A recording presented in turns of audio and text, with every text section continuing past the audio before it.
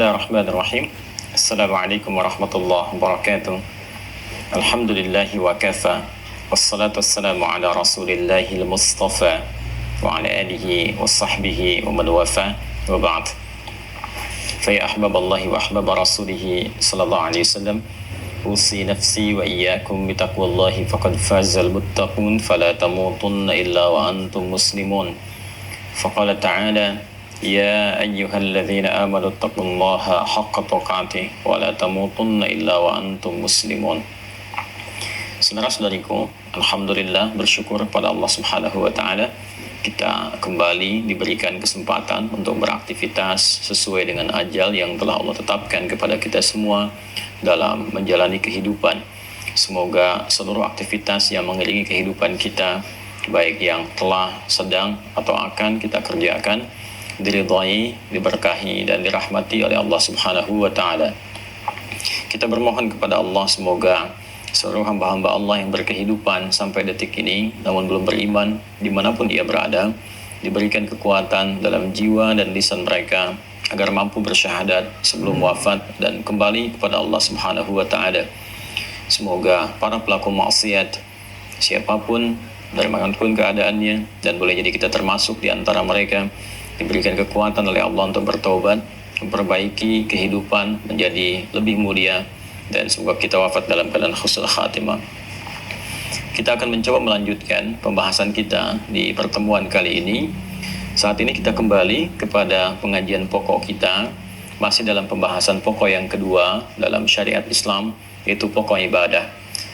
Berkenan untuk diingatkan bahwa dalam Islam ada 4 pokok utama yang harus kita maksimalkan, terutama dasar pengetahuannya, sehingga insya Allah bisa lebih baik dalam pengamalan dan penguatan di 4 bagian ini. Yang pertama adalah akidah, pokok dasar keyakinan kita sebagai insan beriman. Yang kedua adalah ibadah, implementasi dari keimanan dan komitmen kita kepada Allah Subhanahu wa ta'ala yang menuhankan dan berkomitmen menyembahnya. Kemudian yang ketiga adalah muamalah, pancaran-pancaran kemuliaan yang dihasilkan dari panduan-panduan ibadah itu. Kemudian yang terakhir adalah akhlak, nilai-nilai kemuliaan yang menyelimuti seluruh perilaku kita dalam menerapkan konteks muamalah berkehidupan.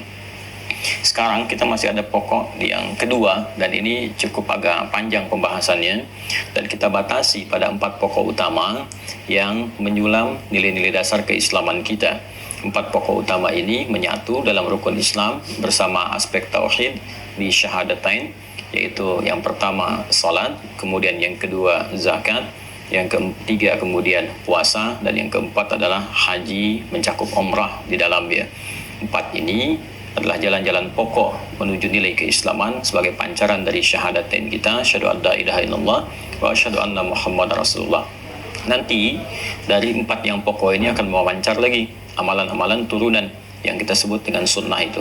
Karena itu kita mendengar dan melihat serta bahkan mengamalkan, mempelajari, ada solat-solat yang berhukum sunnah disebut dengan nawafil, ada rawatib, ya, ada yang mutlak sifatnya, ada yang di siang, ada yang di malam, ada yang di pagi, bahkan ada yang menyertai dengan subuh dengan keutamaan dan hikmah masing-masing. Kemudian juga zakat, nanti turunannya ada lagi yang berhukum sunnah, ada infak misalnya, atau sedekah pada umumnya. Kita juga akan bahas dan jelaskan maksud dan hikmah semua itu, sehingga ketika beramal kita mengetahui dasar keilmuannya dan memotivasi kita untuk beramal dengan tepat dan bersemangat. Pun demikian terkait dengan puasa, seperti kita ketahui ada yang sunnah-sunnah juga. Senin misalnya hari ini ada di antara kita yang puasa. Kalau kita mengerti hikmahnya, kenapa puasa di hari Senin, apa manfaatnya, bagaimana sirahnya, perjuangan misalnya Rasulullah SAW atau bahkan sahabat dalam menunaikan puasa Senin, Kamisnya, Ayyamul Bidnya, dan sebagainya. Semua punya nilai keutamaan dan terkait erat dengan kehidupan kita. Kemudian juga haji, ya, nanti turunannya ada umrah. Apa sih umrah itu? Kenapa disebut dengan umrah? Ada berapa rukunnya? Apa hikmahnya? Bagaimana menjalaninya? Itu semua butuh dasar keilmuan untuk memberikan kekuatan dan pemahaman yang utuh saat ditunaikan, sehingga dengan paham dan kuat itu, khusyuk itu hadir dengan sendirinya. Terkait dengan bagian pertama di pokok ibadah, kita telah sampai pada pengantar hadis-hadis Rasulullah SAW, termasuk dalam ayat-ayat Al-Quran, bahwa untuk menunaikan salat dengan sempurna itu, termasuk kepada bab salat, Allah Subhanahu wa taala memberikan isyarat menuju kesempurnaan ini dengan derivasi kata aqama dan juga akarnya dari kata qama, memberikan kesan kepada kita bahwa sholat yang ditunaikan, satu, didorong, diarahkan oleh Al-Quran untuk ditunaikan secara sempurna.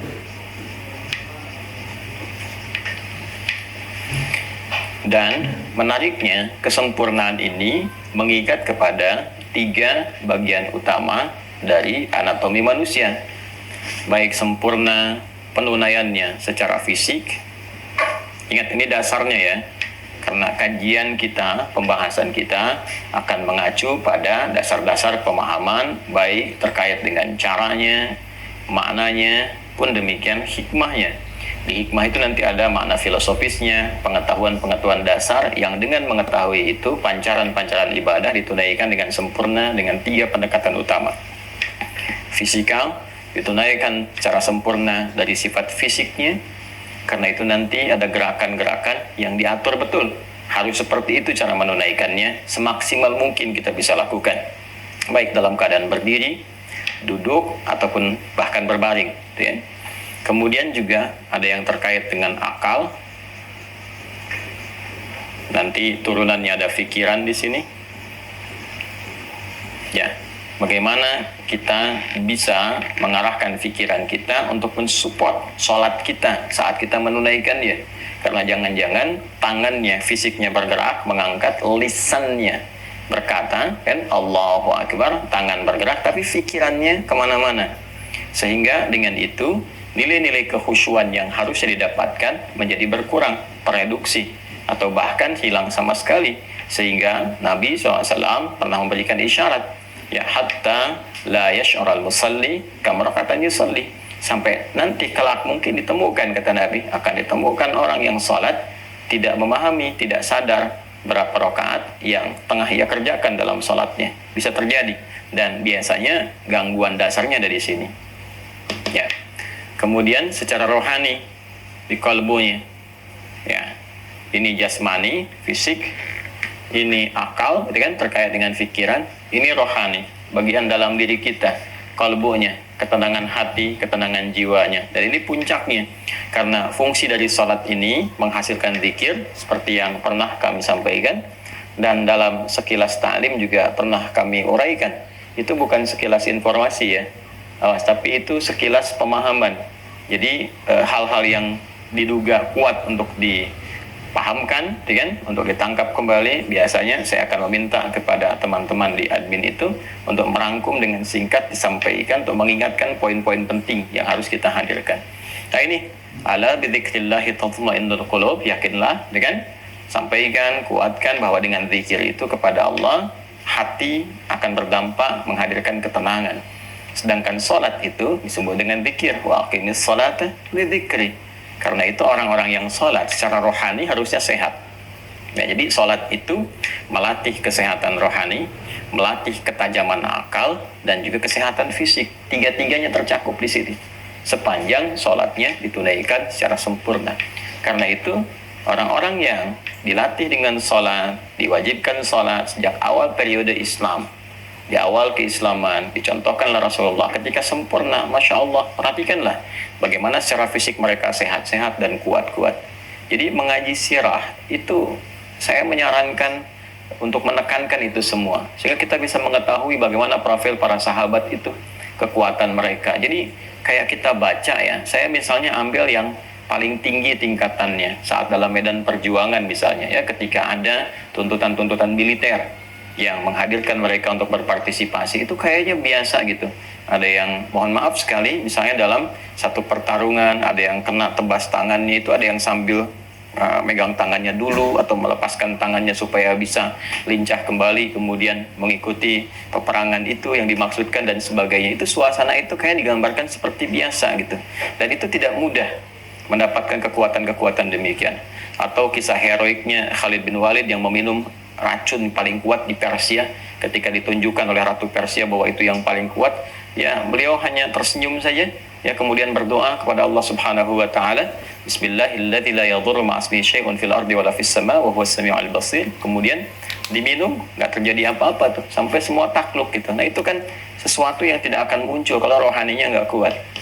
Ya, nah ini ada hal-hal yang sangat luar biasa di balik sholat ini, sehingga sangat ditekankan oleh syariat. Manfaatnya tinggi sekali ya. Karena itu tidak main-main terkait dengan sholat ini. Kita berusaha menunaikan secara sempurna dengan pendekatan-pendekatan ini. Karena itulah kemudian di dalam Al-Quran, proses penunaian ibadah sholat ini itu diiringi dengan pengingat tentang kesempurnaannya.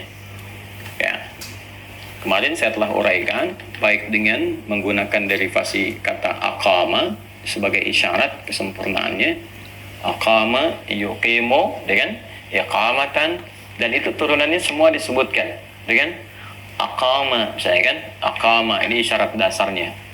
Kemudian yuqimu keberlangsungannya, baik dalam bentuknya tunggal yuqimu atau jama yuqimuna. Kemudian iqamah bahkan jadi isyarat dasar yang dilakukan sebelum sholat ditunaikan.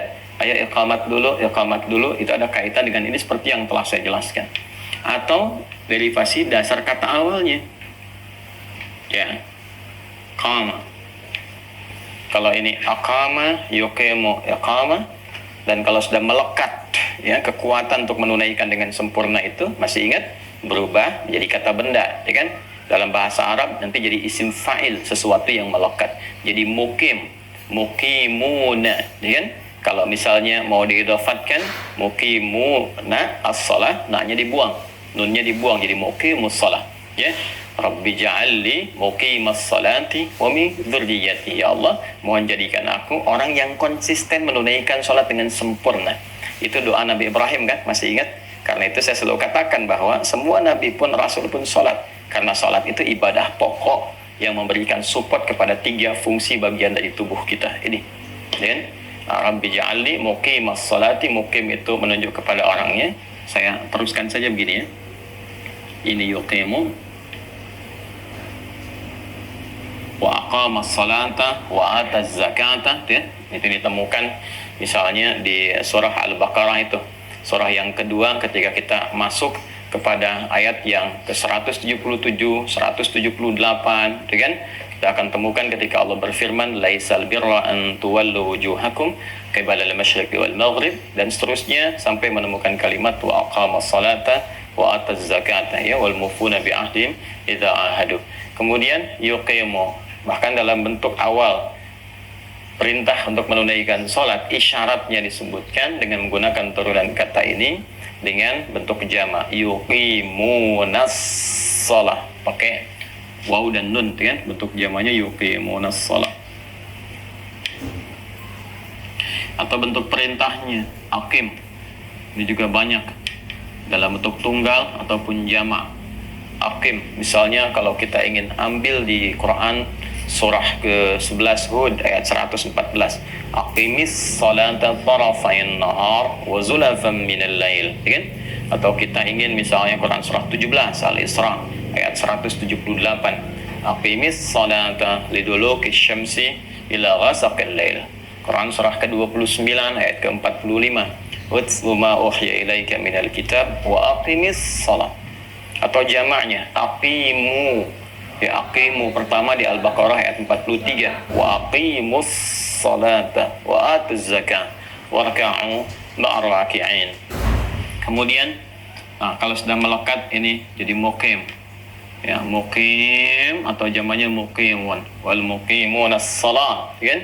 Rabbi ja'alli muqimas salati, ini boleh jadi doa yang sangat bagus sekali. Jadi kalau kita minta, mohon kepada Allah, ya, supaya sebelum menunaikan sholat itu, sholat kita bermanfaat secara fisikal untuk fisik kita, menyehatkan, kan? Kemudian memberikan dorongan pada kekuatan akal, pikiran, meningkatkan kecerdasan, ya. Ini sudah dipraktekkan, ya. Ini nggak sembarangan, ada risetnya. Nanti kalau sudah masuk sirah, kita akan bicara, kita akan jelaskan bagaimana tipikal pendidikan di orang tua terdahulu yang menyupport anak-anak mereka itu untuk ke masjid lebih awal. Di masjid itu luar biasa, dan sholatnya itu, makanya Nabi membiarkan anak cucunya itu ya di sekitaran Nabi ketika menunaikan sholat itu, karena ada support kepada nilai-nilai ini. Ada rahasia di dalamnya. Kemudian secara rohani juga demikian. Maka boleh kita keluarkan doa yang dibacakan Nabi Ibrahim alaihissalam ya, untuk bisa memohon kepada Allah dengan kesempurnaan penunaian ini. Rabbi ja'alli, kan? Atau Rabbi ja'alni boleh kalau doa, untuk jadi doa ya. Ya. Mau kesini boleh pakai nun, boleh langsung pakai hamzahnya Rabbi ja'alli atau Rabbi ja'alni boleh. Ya, kalau ini kan untuk doa sifatnya. Ya, muqimas salati.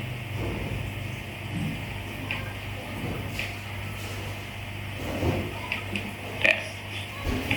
Terus ke anak cucu, wa min dzurriyyati. Ya. Kalau seperti ini, Rabbi ja'alni, gitu kan? Rabbi ja'alni, jelas ya? Rabbi ja'alni, ya Allah jadikan aku. Kalau kita menggunakan Rabbi ja'alni, ya, Ali ke sini.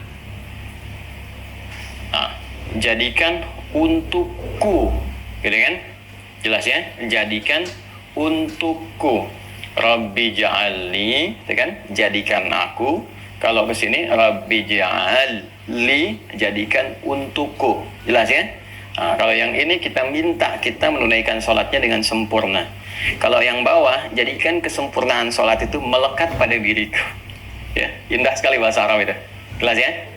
Nah, jadi setelah kita tahu ini, turunkan ini, nanti dicek-cek lagi ya ayatnya ya, yang tadi saya sampaikan terkait dengan ini.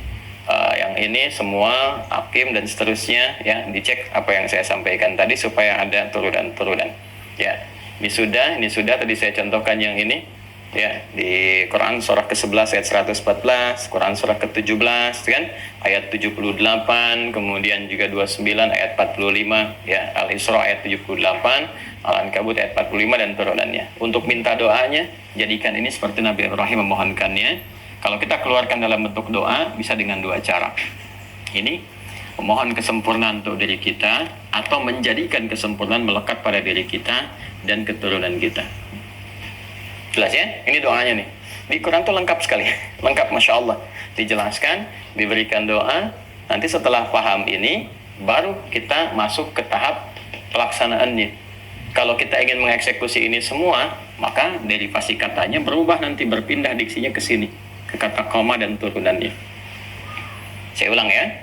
Kalau bicara isyarat ke sini, isyarat penguatan, karena manfaat sholat itu banyak terkait dengan fisik, akal, termasuk rohani, baik dunia, alam kubur, ataupun juga sampai ke akhirat. Saya sudah pernah jelaskan, di dunia 5 manfaat, di alam kubur kita terjaga, di akhirat sebagai amal pertama yang ditimbang, yang menentukan kualitas amal yang lainnya, seperti pernah diuraikan.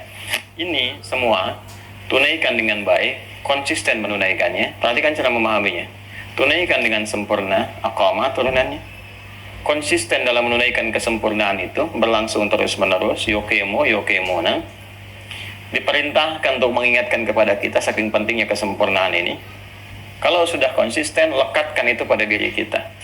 Minimal support dulu dengan doa, supaya kita bisa memiliki kekuatan yang Allah berikan untuk bisa menunaikannya dengan baik. Kalau ini sudah terasa hadir motivasinya, jadi bisa setelah diuraikan ini, kita memiliki dorongan kuat. Saya pengen sempurna, saya pengen seperti orang-orang dulu yang sholatnya bagus sehingga menguatkan fisik. Ya, kemudian apalagi menjadikan akal pikirannya tajam, nalarnya kuat, pintar, gitu kan. Nah, kemudian apalagi rohaninya juga bagus, ada ketenangan, kedamaian, kemuliaan akhlak dan sebagainya. Ya, ini yang menjadikan mereka unggul di masa-masa lalu. Yang paling dahsyat, saya singkat saja untuk mengingatkan kembali ya. Ini yang menjadikan rahasia di setiap awal masa-masa keemasan itu, sholat jadi prioritas. Dan ini yang dimaksudkan rahasia Nabi menyampaikan, untuk orang tua menekankan sholat sejak anak usia 7 tahun, dan memberikan pelajaran untuk penguatan itu sejak usia 10 tahun sampai nanti dekat-dekat ke masa balik. Ya, apa rahasianya? Kesini. supaya anak itu tumbuh menjadi anak-anak yang kuat fisiknya, yang nalarnya kuat, pintar, gitu kan? Kemudian juga memiliki kekuatan rohani yang sangat luar biasa. Kalau benar, ya, ini ditunaikan secara sempurna. Ketika ini akan ditunaikan, dilaksanakan, maka pelaksanaannya secara teknis memindahkan diksinya dari kata aqama ke sini, qama. Dan menariknya memberikan isyarat kepada kita keterkaitan dengan ini semua. Kalau Anda ingin menunaikannya dengan sempurna dan siap akan melaksanakannya, mengeksekusinya, maka lakukan langkahnya sebagai berikut. Indah sekali di Quran tuh. Stepnya itu jelas gitu, kelihatan. Nah ini nggak mungkin rekayasa manusia, nggak mungkin dibuat-buat Nabi. Kalau bukan petunjuk Allah ini mustahil bisa begini. Setiap katanya jelas, penuh hikmah, ya tersusun dengan sangat sempurna, lalu sistematis gitu berpindahannya itu. Masya Allah, Anda bisa merasakan kenikmatan ini kalau memahami di turunan-turunan bahasa gitu ya, di fikih lughah terutama dengan turunan ilmunya. Nah sekarang kita akan memulai ini semua. Kemudian kita harus melihat petunjuk, karena ini ibadah. Ibadah itu adalah pancaran iman. Iman itu keterkaitannya dengan Allah Subhanahu wa Ta'ala, yang prakteknya dituntut oleh Rasulullah. Maka kita harus lihat petunjuk dari Allah seperti apa menunaikan ini dengan sempurna. Tadi saya katakan, kalau kita akan mengeksekusi, jika Anda ingin mengeksekusi ini, jika itu bahasa Arabnya idza. Idza itu jika, apabila. Ya. Mulai mengeksekusi ini, mengimplementasikannya, mengamalkannya. Ya, ini untuk kata ketiga. Ya, orang ketiga, idza qama atau idza qamu. Ya, ada dalam di Al-Qur'an bentuknya misalnya bentuk jama' dari kata qama, menggunakan bentuk jama' berarti qamu. Misal orang munafik ketika disifati ingin menunaikan sholat itu pun bermalas-malasan, kan? Malas-malasan hanya untuk kepentingan dunianya aja. Kalau nggak ada kepentingan dunia, ya nggak akan sholat. Itu karena ada kepentingan dunia terpaksa sholat. Ya, misalnya untuk mencitrakan sesuatu, ada keinginan sesuatu yang ingin diketahui masyarakat, maka mulai mengenakan perangkat-perangkat seperti orang akan hendak sholat, pakai peci, pakai macam-macam, pakai mukena, hanya untuk mencitrakan saja dan sebagainya. Itu ada sifatnya di Quran surah keempat An-Nisa ayat 142. Innal munafiqina yukhadi'una Allah wa huwa khadi'uhum wa idza qamu, idza tuh pakai idza, wa idza qamu ila sholati qamu kusala. Dan mereka pun bila kelihatannya seperti hendak menyempurnakan sholat, ya saking hendak sempurnanya pakaiannya disesuaikan gitu kan. Nah padahal itu cuma malas-malasan aja karena ada tuntutan-tuntutan duniawi yang sesungguhnya mereka ingin kejar. Penyakit nifak itu yang menjadikan orang munafik kan dorongannya duniawi sifatnya, memenuhi nafsu atau memenuhi bisikan-bisikan setan. Ya, itu yang jadi persoalannya. Setan kan merasakan dunia supaya nggak ingat akhirat. Kan lawan akhirat itu kan dunia. Walal akhiratu khairul laka minal ula, gitu kan? Nah itu lawannya. Jadi diresapkan ke situ kepentingan dunia. Ingat ya, kalau Al-Quran tidak langsung memberikan nama, tempat kejadian kapan dan seterusnya, maka rumus tafsirnya adalah kejadian dimaksud akan nampak di setiap masa dengan cara pengemasan yang berbeda-beda. Tokohnya pun bisa berbeda, tapi intinya sama. Menjadikan sholat itu sebagai dari kamuflase kehidupan untuk mendapatkan citra-citra dunia atau kepentingan materi tertentu. Anda akan dapatkan. Ya, kalau sudah begitu kita bisa lihat saja dalam kehidupan. Ya, musim-musim kampanye misalnya, nanti Anda akan melihat apakah benar orang sholat atau cuma sholat-sholatan. Ya, dan seterusnya. Musim-musim untuk mendapatkan ya promosi ataupun harta benda tertentu. Oh ini proyeknya dari orang soleh nih, harus kita kelihatan sholat juga, Jumatan aja sekalian supaya kelihatan juga kita pun sholat dan sebagainya. Nah ini ya, ada dosen nih bagus, dosennya senang kalau mahasiswanya itu senang ke masjid, makanya cepat datang ke masjid supaya dosen juga ngelihat. Nah itu ya penyakit-penyakit yang menyertai. Saya ingin tunjukkan, maksud saya penerapan yang harus digunakan pada yang tepat tapi masih dikamuflasekan juga. Itulah strategi setan itu luar biasa. Luar biasanya pada keburukan tak layak kita puji. Ya seharusnya kita hindari dengan kuat. Wa idza qamu, ini turunannya dalam bentuk yang negatif dan sifatnya jamak. Secara singkat, kalau ini ingin dieksekusi maka gunakan kata idza. Kemudian kalau kita ingin beralih pada kata ganti yang kedua, ya Anda, kemudian kalian, ya Anda, kalian, maka kita gunakan di sini seperti pernah saya sampaikan, tambahkan ta. Ya? Ingat ya, disingkat dari anta, ya kan? Anta, jadi an-nya dibuang, tinggalkan ta-nya di sini. Kalau kita ingin jadikan bentuk jamak kalian, ini Anda, kamu gitu kan. Saya lebih senang menggunakan mungkin Anda ya, lebih agak sopan, lebih netral. Ta untuk laki-laki, ya. I untuk perempuan. Jelas ya? Saya berikan rumus cepat. Pokoknya kalau ada a umumnya untuk laki-laki. Kalau i umumnya untuk perempuan. Ya, jadi perubahan apapun sekalipun taknya berubah menjadi k misalnya, tetap k, ataupun i jadi ki. Jelas ya? Kalau kita akan jamakkan bentuk jamak, rubah ini taknya ke dalam bentuk tum. Tum seperti ini. Ini paling gampang ya. Ini ta, harakat fathah untuk laki-laki ta, ini ti, kata ganti kedua Anda, kan? Kalau kita ingin jamakkan jadi kalian, ya, ganti jadi tum. Kalau sudah tum, ini netral sifatnya, bisa mencakup laki-laki dan perempuan. Kalau belum digenderkan, ingat ya, kalau belum dikhususkan pada golongan laki-laki atau perempuan, kalau sudah pakai tum, ini kan asal. Ya, bentuk mudzakkar itu sifatnya asal, maka mencakup laki-laki dan perempuan. Kecuali kalau ada spesifik misalnya menyentuh persoalan gender yang terkait misalnya dengan pembagian waris, kan spesifik, laki-laki dapat sekian, perempuan sekian misalnya ya, maka nanti biasanya akan dipecah seperti ini. Ada tum dan tunna. Yang asalnya dipertahankan gini, antum dari kata antum, asal mudzakkar karena asal dipertahankan mudzakkar ya, laki-laki bagian dari mudzakkar ke sini, maka biasanya ini ya kalau ada sudah spesifik menunjuk pada gender, tumnya diarahkan untuk menunjuk ke laki-laki, tunna ke perempuan. Ya, tapi kalau dia berdiri sendiri seperti ini dan tidak disebutkan tunnanya, maka ini mencakup umum, bisa laki-laki sekaligus juga perempuan. Ingat ya, ini dasarnya dulu. Jadi sekarang kita ingin eksekusi, bagaimana menunaikannya dengan sempurna, kita harus temukan kata idza dalam Al-Quran, ya kan? Kemudian turunan kata ini, di koma kalau bertemu dengan ini, pernah saya sampaikan kepada Anda, ya, tinggal kita tambahkan saja, ini koma, ya, tambahkan, kita kesini saja ke jamak supaya mencakup semuanya kan bukan 1-2 orang yang pengen sempurna sholatnya, semua pengen sempurna ya. Tambahkan tum begini, kalau ini ditambahkan maka kaidah dasarnya kan begini, kaidah dasarnya kalau 3 huruf ya kan, 3 huruf pertengahan harus mati seperti ini ya kan. Nah ini udah mati sendiri gitu udah mati, mau ditambah sukun lagi maka nggak efektif. Karena itu kalau ada huruf mati, jadi mati lagi posisinya, di bahasa Arab itu hilangkan sekalian. Ya, ini kan asalnya wawu kalau di ilmu ilat itu, dihilangkan sekalian. Ya. Nah, ini asalnya wawu, nanti ada proses ilat jadi alif. Ya, ini panjang kalau belajar shoraf, agak panjang pembahasannya. Jadi secara singkat saja Anda ikuti ya. Ya. Jadi idza, terus ini koma kan tadinya begini kan? Ya kan?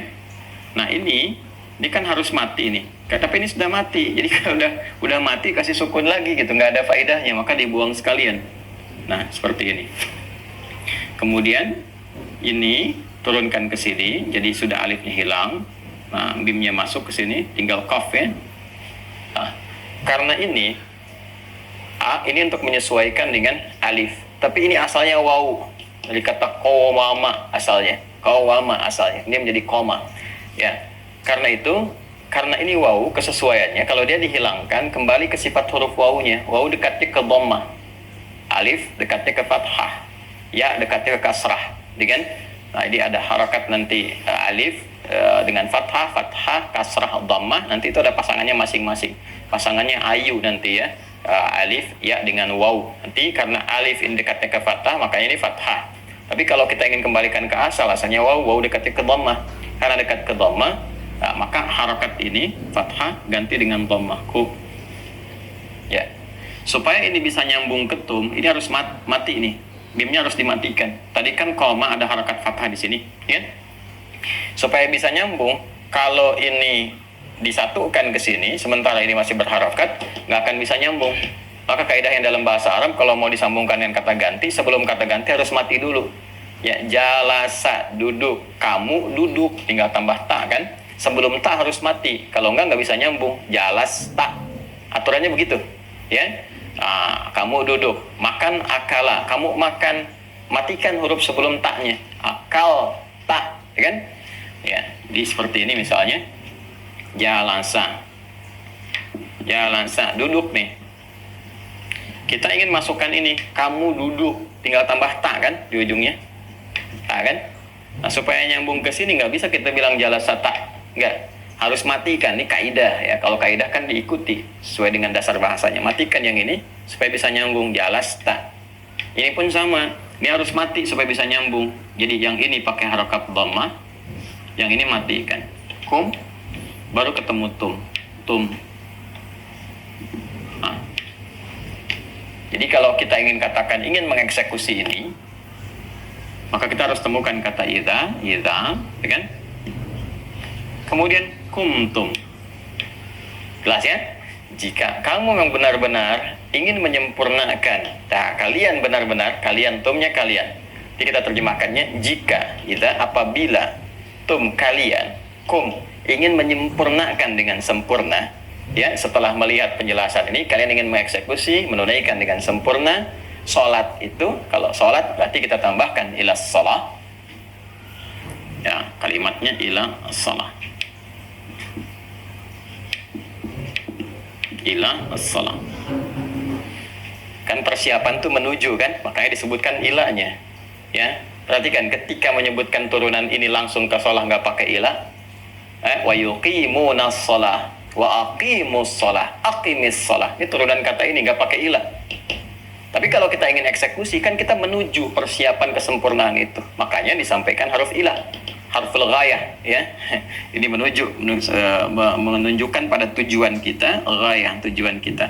Ya, kalau serius nih benar-benar ingin sempurna ditunaikannya, jika kalian ingin menyempurnakan ya sholat itu menuju kepada fase sholatnya, maka kerjakan dulu ini stepnya. Nah, sekarang kita harus temukan kata ini di Al-Quran.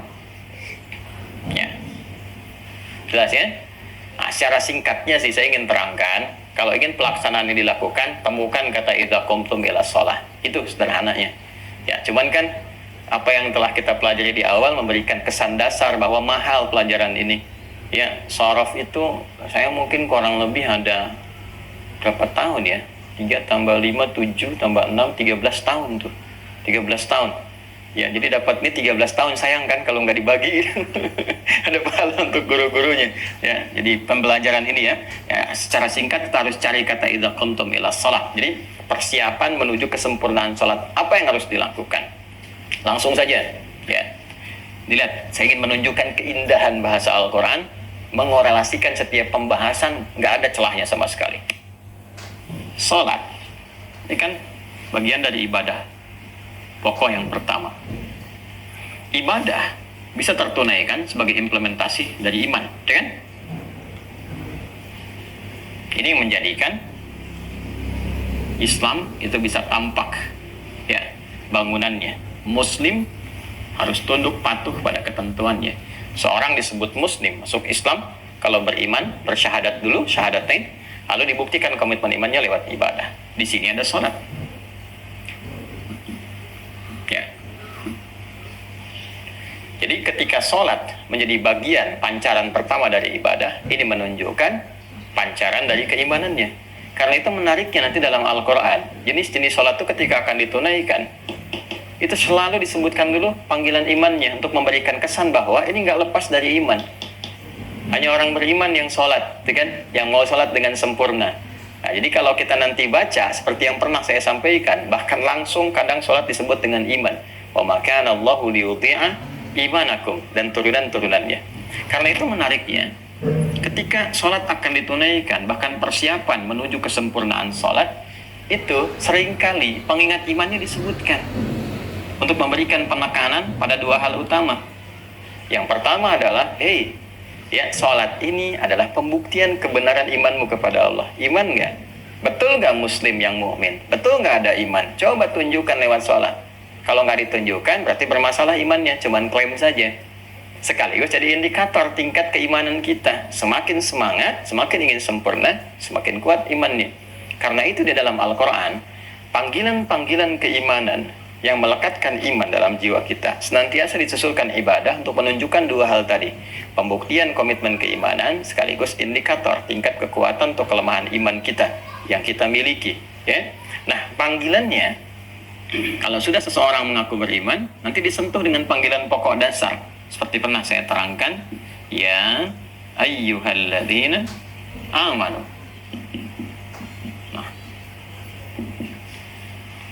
Pakai dasar nih. Ini yang dasar, yang standar. Masih ingat uraian saya dulu? Ya, tolong yang baru bergabung dicek yang sebelumnya ya. Kalau sudah menunjukkan kepada konsistensi atau keberlangsungan, kontinuitas dulu. Kalau sudah pada kontinuitas, pakai bentuk mudhari, yuqimun. Ya kan? Bentuk jamak kita samakan. Kalau sudah menunjukkan kepada bentuk konsistensi yang melekat, maka menggunakan kata benda, sim fa'il, muqimun. Ya, tuh ini. Ingat ya. Ini yuqimun ke sholatnya, muqimun ke penunaiannya. Kalau turunan amanu jadi yu'minun, yu'minun. Yang ini jadi mu'minun. Ini konsistensi. Ini ke sini arahnya. Jadi saat akan dipanggil penunaian sholat, kalau menggunakan kata standar, itu sebetulnya panggilan yang sifatnya menyentuh sekali. Ya, seakan-akan ingin memberikan kesan kalau dipanggil ya ayyuhalladzina amanu, belum pakai yu'minun ya, apalagi mu'minun. Ya, kalau masih pakai yang ini, itu akan memberikan kesan. Ya, coba cek deh iman kamu, standarnya masih ada nggak? Jadi kalau ada orang dipanggil dengan ini dan tidak menunaikan ibadahnya, ya, tidak menunaikan ibadahnya, berarti di level standar pun nggak nyampe keimanannya. Ya, puasa kan pakai panggilan iman ya ayyuhalladzina amanu, ya kan? Ini menarik sekali. Nah, karena itu yang paling dahsyat kalau ngajinya ditambah lagi, ngajinya tambah lagi. Ini ya, ya-nya misalnya sebutkan 360 kali dalam Al-Quran. Ayyuha disebutkan 150 kali. Alladzina disebutkan 1080 kali. Ini buat manggil yang dekat, menengah, atau jauh. Ini ayyunya munada, buat taukid. Kalau kita ngajinya mau ditajamkan lagi, haknya tanbih, pengingat. Ini isim mausul mencakup keseluruhan, ya, tanpa meninggalkan celah atau bagian dari siapapun, dengan mencakup semua statusnya secara komprehensif, holistik sifatnya. Tuh. Yuk, kalau kita mau bacakan ini keseluruhan, ya ayyuhalladzina amanu, hei semua pemilik iman tanpa kecuali, semuanya, besar, kecil, tua, muda, status sosial apapun yang melekat, sepanjang dia merasa punya iman. Cek imanmu, standar imanmu itu, kan? Ya, aku tegaskan ya, penguat. Ayu, ya ayu. Aku ingatkan ya, hei semua tanpa kecuali, baik yang merasa dekat dengan Allah, atau yang tengah-tengah, atau merasa sedang jauh dari Allah karena sedang maksiat. Ya, itu saking indahnya Allah masih disapa. Merasa nggak masih punya iman? Walaupun Anda merasakan saya nggak sempurna, saya melakukan keburukan, berbuat maksiat ini, tapi Anda mengaku muslim nggak, kata Allah? Kalau masih mengaku muslim, kalau masih mengaku beriman, kerjakan nih ibadah ini. Ibadah ini akan menjadikan yang jauh jadi menjadi mendekat, atau minimal pada tengah-tengah. Yang semakin dekat semakin lekat lagi dipanggil. Ini menunjukkan bahwa semua ibadah itu disebutkan korelasinya, terkorelasikan dengan sumber imannya. Nggak ada yang lepas. Nah, karena ini prinsip dasar, apalagi kalau mau kemudian diarahkan pada kesempurnaan. Jadi ini harus muncul di awal ini, untuk menunjukkan bahwa ada keterkaitan antara penunaian sholat secara sempurna dengan keimanan kita. Bahwa betul, menunaikan kesempurnaan sholat itu bagian dari keimanan. Ya, jadi kalau ada orang yang asal-asalan sholat, ya ini menunjukkan imannya pun kurang sempurna. Jelas ya? Baik, yuk kita temukan kata ya ayyuhalladzina amanu, kemudian ini ingin sempurna, idza qumtum ilas shalah. Ya, secara cepatnya lah kita dapati di Quran surah ke-5 ayat yang ke-6. Al-Maidah ayat 6. Pelan-pelan ya, karena ini kan kita ngaji terkurikulum. Kalau ngajinya lepas, saya tinggal sampaikan saja pada Anda. Buka Quran surah 5 ayat 6. Di sini kita memulai, selesai. Ya, tapi kita ingin terangkan lebih jauh bahwa jika seseorang ingin memulai sholatnya dengan sempurna, bukan sholat yang asal-asalan, bukan sholat yang biasa, tapi ingin mencoba menunaikan secara sempurna sesuai isyarat Al-Quran, demi mendapatkan manfaat-manfaat bagi fisiknya, akal fikirannya, juga rohaninya. Ini sekaligus juga membuktikan kebenaran imannya.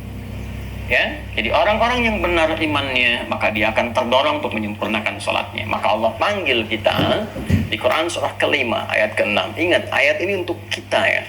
Allah sedang berbicara kepada kita, menyampaikan kepada kita lewat firman-Nya, dan dibacakan lewat lisan kita sehingga langsung terasa pada jiwa kita. Itulah keindahan Al-Quran.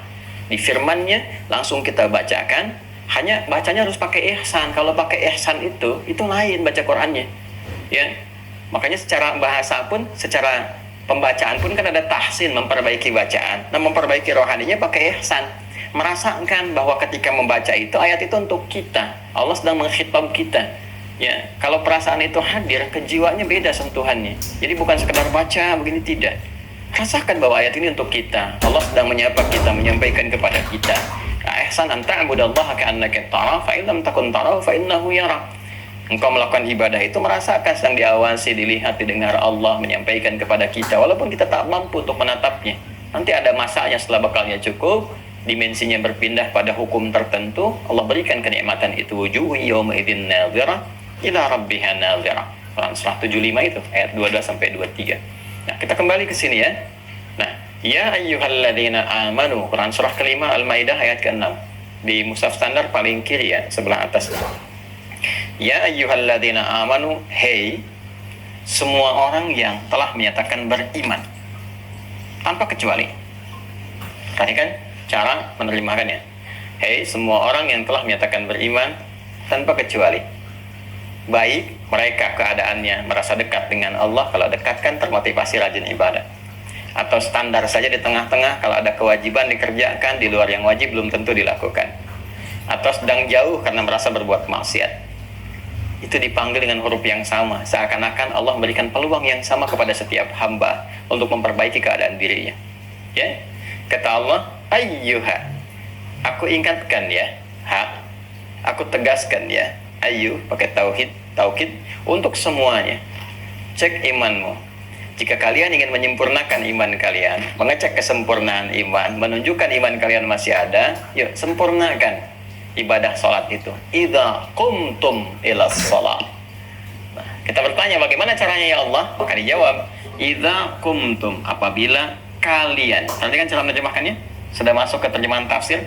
Idza, apabila kalian. Tum, ya, kumnya ingin memulai menyempurnakan. Ada isyarat kita ingin mulai menyempurnakan. Ila sholat, menuju sholat itu berarti prosesnya dimulai ini kesempurnaannya dimulai sholat. Masih ingat kemarin saya sampaikan kan, kita akan membahas dari 3 pendekatan: pra, kemudian sedang saat dimulainya, dan pasca. Pra sholat, sedang sholat, pasca sholat. Baik, ini dimulai dengan fase sebelum sholat. Pra itu sebelum sholat, karena itu menggunakan huruf ilah. Ya, ila itu harful ghayah, huruf yang menunjuk kepada satu tujuan. Ya, minal bidayah ilan nihayah, dari awal kepada ujungnya. Jadi kita ini diantarkan pada ibadah awal yang mengiringi proses pelaksanaan sholat ke sini. Maka dimulainya dari sini. Bukan termasuk bagian dari proses penunaiannya, proses yang ditunaikan disebut dengan rukun, ya. Tapi mengikat menjadi syarat penunaiannya, ya itu disebut syarat nanti. Jadi ada rukun, ada syarat. Ya, kalau rukun itu bagian yang masuk dalam proses sholat, dihitung mulai berlaku proses sholatnya dari awal sampai akhir. Nanti ada 13 saat masuk baru kita kaji itu, ya. Nah, tapi kemudian ada yang menentukan kesempurnaan sholatnya walaupun tidak menjadi bagian langsung dari proses penunaian sholatnya. Itu syarat namanya. Di syarat itu menentukan Ya, sah tidaknya satu perbuatan walaupun tidak menjadi bagian langsung dari perbuatan itu. Terkait dengan sholat ini Allah sampaikan, kalau kalian ingin sempurna, tunaikan itu di awalnya sebelum menunaikan sholat. Dia akan berpengaruh kepada sah tidaknya sholat. Jadi kalau nggak ditunaikan amalan ini, sholatnya tidak sah walaupun rukunnya benar. Jelas ya? Sangat menentukan. Idza qumtum ilas shalah, apabila kamu ingin menunaikan secara sempurna, ya, fase menuju salat itu, maka dimulai dengan apa? Faghsilu wujuhakum wa aydiyakum ilal marafiq wamsahu bi ru'usikum wa arjulakum ilal ka'bayn. Baik, dan seterusnya ayat. Proses ini nanti disebut oleh Rasulullah SAW dengan nama proses wudu. Wudu. Ini dia. Maka mulailah dengan membasuh wajahmu, faghsilu wujuhakum wa aydiyakum ilal marafiq, tangan sampai dengan ke siku. Wamsahu bi ru'usikum, usaplah kepala kalian. Wa arjulakum ilal ka'bayn, kemudian kaki sampai dua mata kakinya, itu kan? Itu yang pokok-pokoknya kata Al-Qur'an. Terus sampai ma yuridullahu liyaj'ala 'alaikum min haraj walakin yuridu liyutahhirakum wa liyutimma ni'matahu 'alaikum la'allakum tashkurun, sampai ke ujung ayatnya, ya kan? Ini proses semua ini pas fase menuju kesempurnaan sholat sebelum ditunaikan harus mengerjakan ini dulu. Jadi kalau ini nggak dikerjakan, nggak sempurna sholatnya. Kan pengen sempurna. Indah ya kaitannya. Jadi masya Allah jelas sekali. Kalau kamu ingin mulai sempurna, sempurnakan lu yang ini. Kalaupun kamu benar dari takbir sampai dengan salam, kan kemarin sholat definisinya dibuka dengan takbir, diakhiri dengan salam. Benar takbir salamnya sampai nangis bacanya. Cuma ternyata nggak wudu, nggak sah, nggak sempurna tetap, karena fase kesempurnaan dibuka. Idza qumtum, diikat dengan idza. Jadi ini proses membasuh wajah tadi sampai dengan akhir menentukan kesempurnaan sholat di fase awal. Nah, proses membasuh dari wajah sampai tadi, kaki sampai kedua mata kaki, itu disebut ibadahnya Rasulullah SAW dengan nama wudhu. Jelas? Belum, kan belum saya uraikan apa itu wudhu. Ya, saya baru terangkan sampai sini dulu, sampai paham dulu ya. Nah, baru di sini muncul kemudian hukum ditetapkan karena ini mengikat kesempurnaan, dicek oleh para ulama semua tuh ayat-ayat terkait dengan ini. Ya, maka masuk dalam kategori syarat. Masih ingat kan syarat beda dengan rukun? Kalau rukun bagian dari perbuatannya menentukan benar tidaknya perbuatan. Satu rukunnya hilang tidak sah. Kalau syarat bukan termasuk bagian intinya tapi menentukan ya kebaikan atau kebenaran sah ibadah yang dilakukan. Maka wudu mengikat syarat kesempurnaan sholat. Ya, jelas ya? Artinya ini penentu di awal nih. Penentu di awal. Jadi kalau wudunya benar, ini isyarat yang menentukan pertama bahwa sholatnya itu akan terdorong benar. Di sini kunci nih. Ya, teori gampangnya begini. Kalau Anda melihat, paling gampang gak usah lihat orang lain ya. Lihat yang terkait dengan diri kita dan sekitaran kita dulu. Anak-anak, bariskan semua suruh wudu. Anak itu yang wudunya bagus, baik cara dan sebagainya, itu pasti akan berpengaruh kepada sholatnya pun bagus. Tapi kalau wudunya sekedar tempel air, ya takut selesai, itu pasti sholatnya pun akan terbawa tuh, seperti suasana wudunya. Lihat aja, naik turun, tengok kanan, tengok kiri, kayak mau nyebrang jalan, kan? Itu masih berdiri, bukan saat setelah selesai dan mau tuntas, tidak. Ya, ini pasti akan berpengaruh, cek wudunya, karena ini kesempurnaan awal. Jadi kalau dari awal sudah nggak sempurna akan kelihatan, saat sholatnya pun pasti nggak akan baik. Ini sangat menentukan dan ini membawa keadaan iman, persiapan sebelum sholat. Jadi kalau kita bisa kondisikan wudunya bagus, iman itu akan menguat. Sehingga kekuatan iman secara rohani ini bagus, di bawah sholatnya jadi mantap. Tinggal dikasih iqomat, langsung hidup sinyalnya. Ini dalam loh pembahasannya. Jadi kalau wudunya benar ini, prosesnya, ada proses pengondisian iman pertama sebelum sholat, itu tinggal dikasih iqomat, tersentuh jiwa, tuh udah siap-siap. Jadi begitu takbir tuh betul-betul terkoneksi.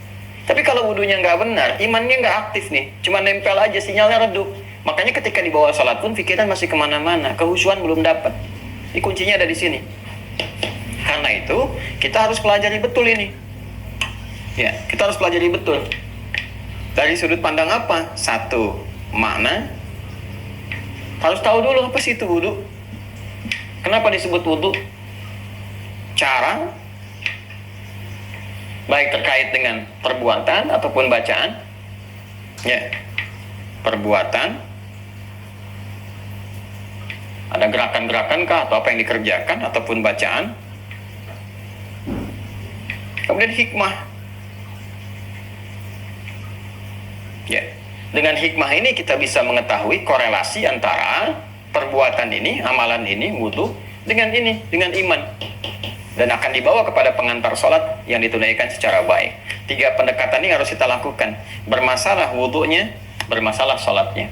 Masih ingat ketika saya sampaikan kisah Khalad bin Rafi Az-Zuraiqi yang dasarnya ada di Sahih Al-Bukhari, ya, nomor hadis 757, juga di hadis Muslim nomor hadis 397. Saya sebutkan karena kemarin sudah kita cek kan, ya, dari sahabat Abu Hurairah.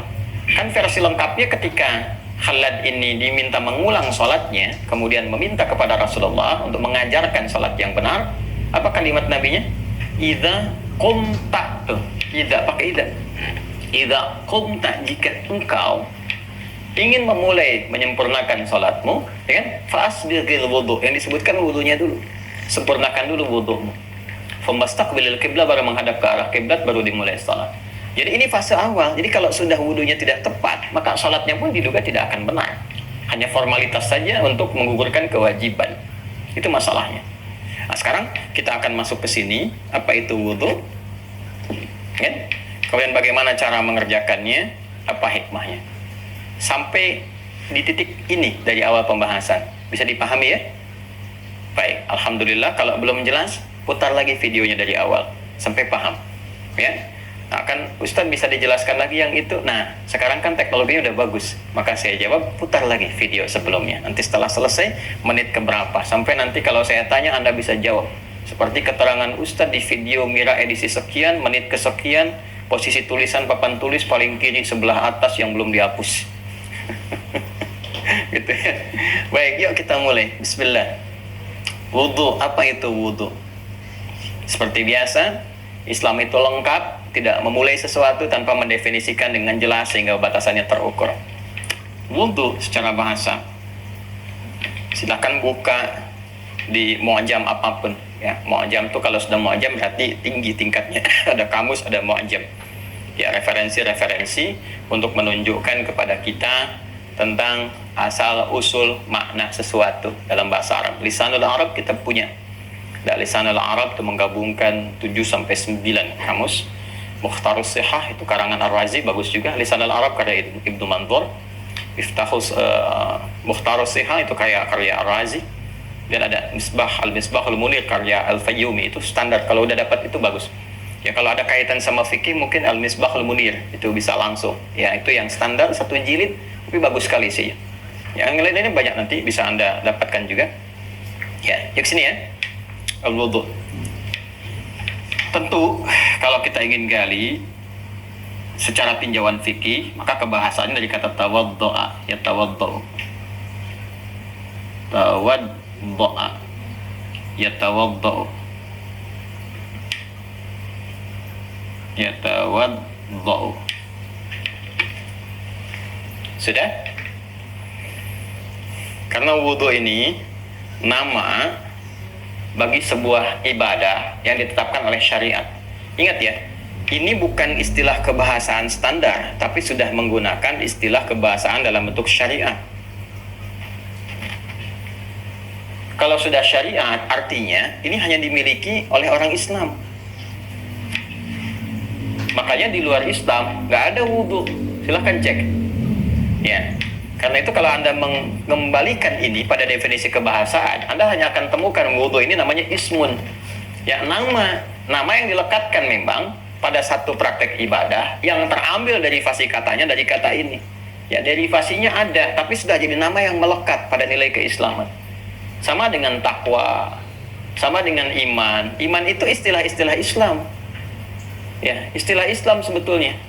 Iman, ihsan, takwa, dengan Jadi kalau ada di keyakinan-keyakinan selain Islam, kemudian membawa syiar ini, ya mari kita ibadah untuk meningkatkan iman dan takwa, itu patut bersyukur. Artinya sedang mau mendekat kepada Islam. Karena ini bukan bahasa Arab standar. Ya, di masa-masa jahiliyah nggak ada meningkatkan takwa. Ya, walaupun dari pasti katanya, dari kata ittaqa dan asal katanya dari kata waqa, ada asal katanya. Tapi ketika menjadi nama tertentu, khusus dilekatkan. Ya, seperti kita lah saat ini misalnya, ada nama-nama tertentu untuk produk tertentu, walaupun digali dari huruf-huruf jadi ditemukan. Oh, tapi kalau yang ini produknya ini untuk nama ini, jelas. Ya, baik. Ini iman, ihsan misalnya, ihsan. Meningkatkan iman dan takwa, itu bukan bahasa Arab standar, itu sudah bahasa Arab syariat yang dilekatkan pada kata-kata yang terkait dengan apa? Kosakata Islami. Jadi kalau sudah ada misalnya di satu keyakinan lain selain Islam, sekali lagi yang mengajak pemeluknya untuk meningkatkan iman dan takwa, itu umat Islam patut berbahagia. Artinya apa? Artinya ini sudah mendekati nilai-nilai keislaman nih, ya. Tinggal syahadatnya untuk kita jelaskan dan seterusnya dengan cara yang baik, ya, dengan cara yang elok, yang mulia, sehingga memahamkan. Agama itu bukan memaksakan, tapi memahamkan. Setelah paham, diberikan kebebasan. Masya Allah, itu demokrasi sekali ya, demokratis sekali pilihan-pilihan. Ya, kalau mau dibawa ke syiar itu ya, sungguhnya ke sini lebih utama. Udah, supaya nggak terlalu lebar ya. Jadi nama khusus satu praktek yang katanya nanti terambil dari turunan kata ini. Ya. Tawadda'a yatawadda'u. Jadi nanti ada wudu, ada wudu. Ya, wudu itu untuk airnya, ma yatawadda'u bihi, gitu kan? Wudu itu prakteknya. Kata ini berasal dari kata tawadda'a, yatawadda'u. Sudah? Asal kata ini, asal dari awalnya ini kan dapat tambahan. Ya. Wazannya kan tafa'ala yatafa'alu. Kalau kita ngaji ilmu sharaf, kan? Jadi kata tafa'ala yatafa'alu, tawaddu'a yatawadda'u. Nih. Ini dapat tambahan ta dengan tasydid. Karena akar kata dalam bahasa Arab yang paling dasar itu, yang paling dasar umumnya itu ada 3. Makanya dibuat formulasi namanya fa'ala untuk menunjukkan bahwa ini akar kata yang dasar. Ada fa'ala yaf'ilu, fa'ala yaf'alu, fa'ala yaf'ulu, itu turunannya. Ya, nggak apa-apa pusing sedikit, tapi ikutin aja gitu ya. Nah, ini dasar tuh ini. Jadi kalau sudah mendapatkan ada lebih daripada 3 huruf, nah umumnya itu ada tambahan. Umumnya tambahan, walaupun ada nama-nama khusus. Nama-nama khusus tuh yang menggunakan 4 ada, tapi umumnya 3. Jadi kalau sudah pakai ta, ada ciri khas, udah pasti tambahan. Kalau ada tasdidnya, udah pasti tambahan.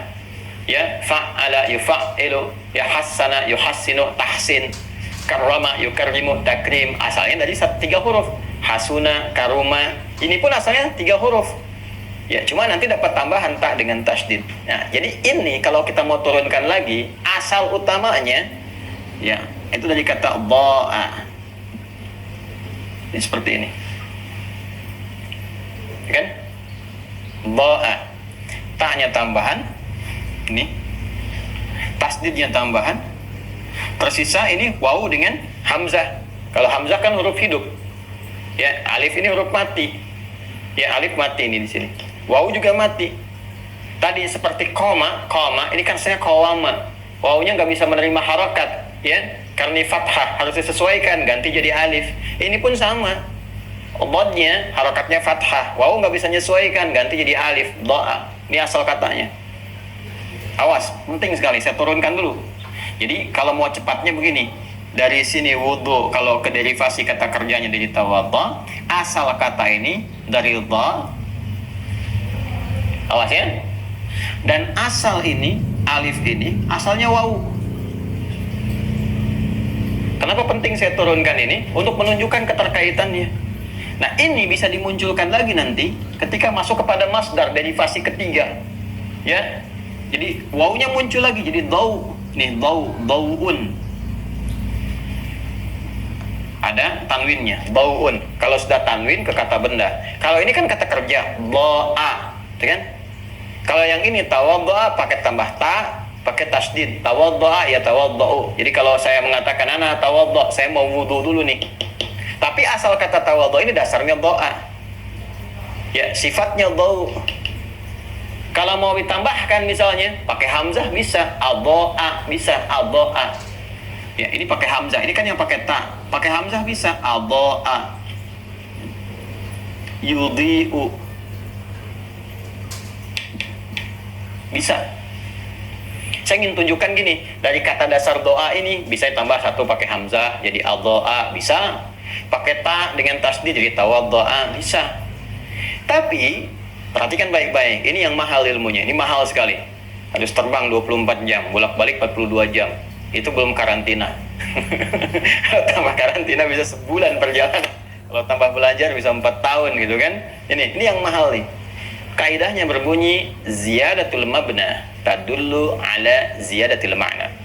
Kalau ada kata dasar infinitif mendapatkan penambahan huruf baik di awal, tengah-tengah sisipan seperti tasdid ini, maka ini akan berpengaruh kepada perluasan makna. Bertambahnya huruf berpengaruh pada bertambahnya makna. Perhatikan, doa sendiri asalnya sinar. Sinar. Pelan-pelan, cahaya. Sinar yang memancarkan cahaya. Baik itu sifatnya yang bersifat materi yang terasakan. Ya, kalau sinar kan kalau terlalu terang nggak bisa dilihat. Tapi pancarannya bisa terlihat, pantulan-pantulannya ini karena ada cahaya, ada sinar, terlihat benda-benda sekitaran kita. Secara optik memantulkan kepada kita, menunjukkan benda-benda tercitra dalam pandangan kita, itu kan? Matahari itu kan bukan nggak ada sinarnya, tapi saking terangnya kelihatan. Ya, jelas ya? Ini pelan-pelan, sudah. Nah, kemudian di mana kita temukan misalnya saat Allah menyifati matahari yang memiliki cahaya yang bersinar. Jadi bukan memantulkan cahaya tapi memiliki sinar langsung, kan? Di Quran surah Yunus surah 10 ayat yang kelima. Quran surah ke-10 ayat 5. Ini yang bersifat materi yang terasakan. Huwallazi ja'ala asy-syamsa dhiya'a. Dhiya'a, dhiya itu ini dari kata daw asalnya. Nih. Daw'un. Dari kata daw, jadi dhiya untuk menunjukkan sinar yang kuat, yang terang. Jadi kalau semakin kuat, semakin terang, semakin kencang, berubah dari kata daw menjadi dhiya'un. Ya, dhiya'ul haq, kebenaran yang terpancar terang sehingga tak bisa ditolak lagi. Ya, ini huwallazi ja'ala asy-syamsa dhiya'a wal qamara nura. Dialah Allah Subhanahu wa taala yang menjadikan matahari mentari bersinar, ada cahayanya, sedangkan rembulan memantulkan cahaya. Tuh, coba di Al-Qur'an tuh, ya ada kalimat matahari bersinar, bulan memantulkan cahaya. Ya kan? Maksud saya yang dimaksudkan di kitab-kitab suci ya, yang langsung menyampaikan dan itu dibuktikan secara ilmiah. Lihat sini baik-baik. Ini dia. Ini pancaran cahaya yang sifatnya memiliki sinar-sinar yang terang. Bisa juga sifatnya metafor. Metafor, jadi bisa langsung ya, langsung ada cahaya-cahaya gitu kan, kelihatan ini ya, pantulan-pantulannya dicitrakan secara optik. Ada yang sifatnya metafor, kiasan. Ya, maksudnya apa? Maksudnya terlihat kebersihan, aura kebaikannya, kemuliaannya, sehingga seakan-akan ada cahaya gitu kan dalam dirinya. Kan Anda pernah sering mengatakan dengan kata-kata metafornya, Masya Allah wajahnya begitu bercahaya, ya kan? Nah, yang dimaksudkan bukan mengeluarkan cahaya saat mati lampu kelihatan sinar, tidak. Ya, tapi yang dimaksudkan ada aura-aura positif, aura kebaikan. Yang dalam bahasa Arab itu disebut dengan husnun, biasa, husnul wajhi. Husnun. Ya, husnun. Ya, pernah mengungkapkan kan? Masya Allah, beliau tuh wajahnya bercahaya atau perilakunya menghadirkan cahaya. Ada aura yang tampak, aura kebaikan. Itu disebut husnun namanya. Ya, husnul wajhi, wajahnya bagus. Ya, bukan hanya secara fisikal, tapi ada nilai-nilai yang kalau kita tatap tuh meneduhkan, ingat ke akhirat, ingat pada kebaikan. Nah itu, ya ada cahaya-cahaya yang tampak. Awas, pelan-pelan sekali. Ingat ya.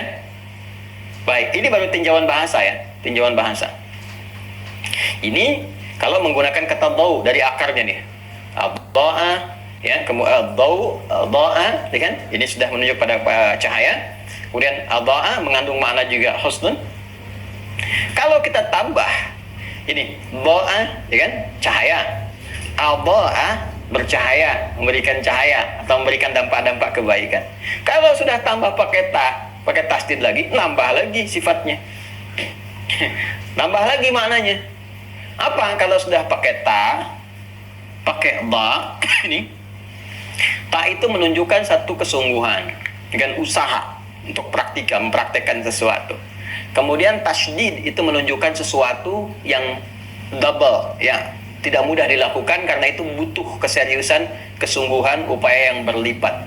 Nah, jadi kalau sudah pakai ta dengan pakai tasydid, ini artinya ada upaya untuk menjadikan sesuatu ya lebih baik, lebih bercahaya, lebih bagus sehingga tampak ada kebaikan-kebaikan dalam kehidupan. Nah, karena itu menariknya ketika kemudian ini berubah katanya menjadi tawaddu'a dan namanya khusus disebutkan dalam syariat dengan nama wudu, maka kalau sudah diikat dengan syariat mesti ada ketentuan. Sebentar ya. Mesti ada aturan. Pelan-pelan. Ini kan masih makna umum.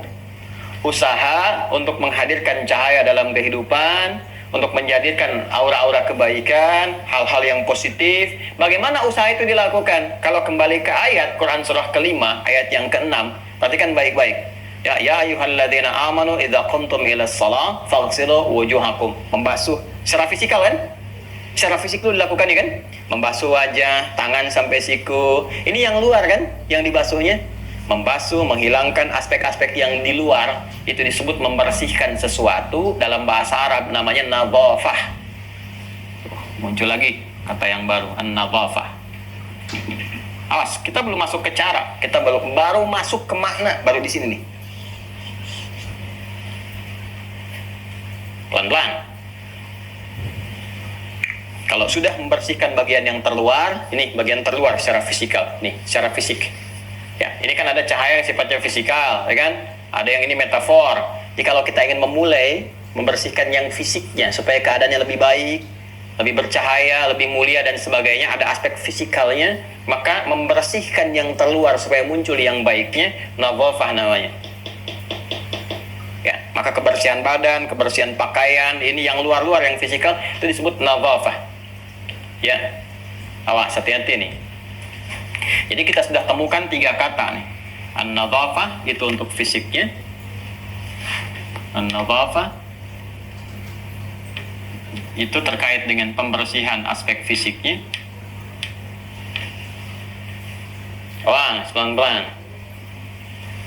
Ini al-husnu